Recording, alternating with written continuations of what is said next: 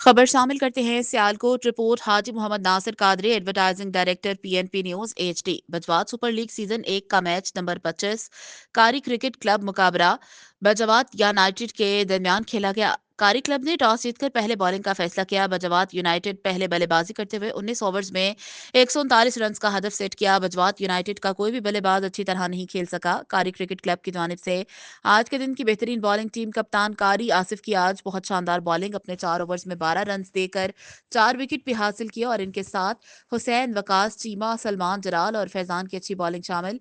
दूसरी इनिंग में कारी क्रिकेट क्लब बल्लेबाजी करते हुए यह हदफ 18.1 ओवर्स में बना लिया, जिसमें कासिम रजा 57 रन और हुसैन के 30 रन की शानदार मैच विनिंग इनिंग खेलकर अपनी टीम को मैच विन करवाने में अहम किरदार अदा किया। बीएसएल के मैच नंबर 25 के man of the match Qasim Raza और कारी आसिफ रहे और इनको tournament chief sponsor Chaudhry Imran Shokar की जानिब से 2,000 रुपए का इनाम दिया गया।